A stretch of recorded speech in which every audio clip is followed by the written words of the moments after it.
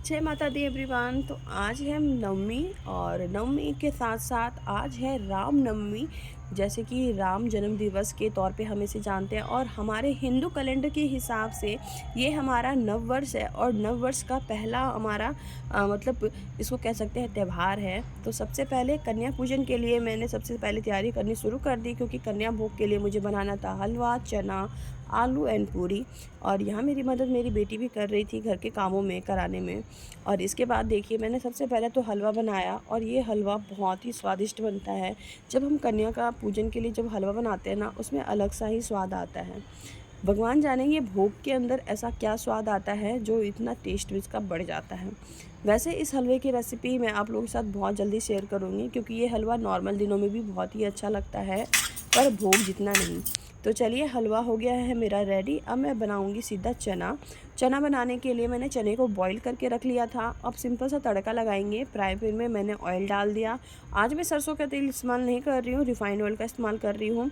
इसके अंदर मैंने तेल के अंदर डाल दिया है जीरा और हरी मिर्च स्लाइड करी हुई, और इसके बाद बॉईल करे हुए चने डाल दिए। इसमें सारे सूखे मसाले ऐड कर देंगे हैं, हल्दी, मिर्ची, नमक, जो भी आप यूज़ करना चाहते हैं मसालों में आप वो डाल दें। मैंने थोड़ा सा गरम मसाला डाला है, आप चाहे तो आमचूर भी डाल सकते हैं, बहुत ही स्वादिष्ट लगता है आमचूर डालने के बाद।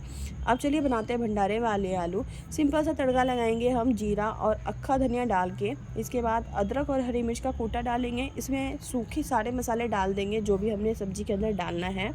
और इसके बाद मसाले जब भुन जाएंगे ना, तब इसमें डाल देंगे टमाटर। टमाटर डालने के बाद इसको थोड़ी देर के लिए पकाओगे ना, बिल्कुल तेल ना सेपरेट हो जाएगा और मसाला आपका बहुत ही स्वादिष्ट दिखने लग जाएगा पहले से ही। इसके अंदर बॉईल करे हुए आलू को आप मैश करके डाल दें अपने अकॉर्डिंग, चाहे आप बारीक डाल सकते हैं चाहे आप मोटे मोटे।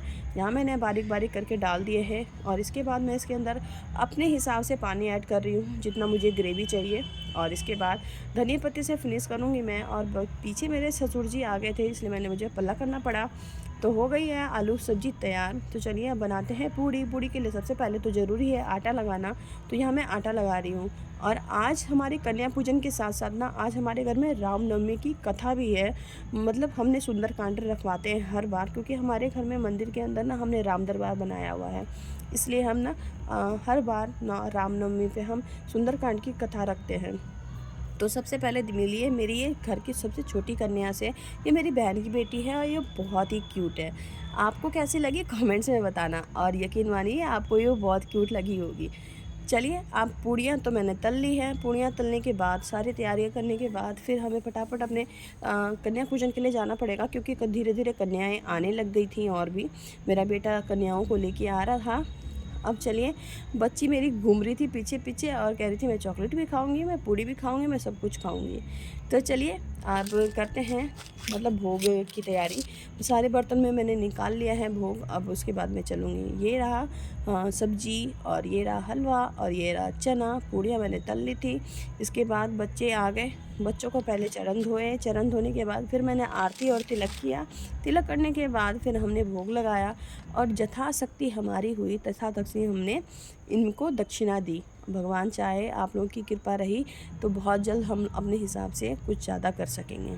तो चलिए, कन्या का भोग तो हो गया है स्टार्ट। कन्या को जब तक भोग लगा रही हैं तब तक मैं आपको बता दूं कि रामनवमी की तैयारी भी मुझे करनी थी। और रामनवमी का कथा जो था हमारे घर में 2 बजे से स्टार्ट होना था, इसलिए मुझे बहुत जल्दी जल्दी करना पड़ा था। सबसे छोटी कन्या मेरी बहुत ही प्यारी लग रही है, भगवान करे इसे नजर ना लगे।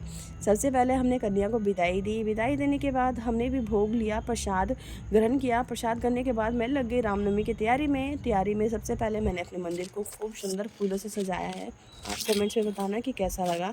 और इसके बाद फिर कीर्तन हो गई स्टार्ट। वीडियो कैसी लगी कमेंट्स में बताना। अच्छी लगी हो तो प्लीज़ लाइक कर देना और चैनल को सब्सक्राइब कर लेना। Thank you for watching.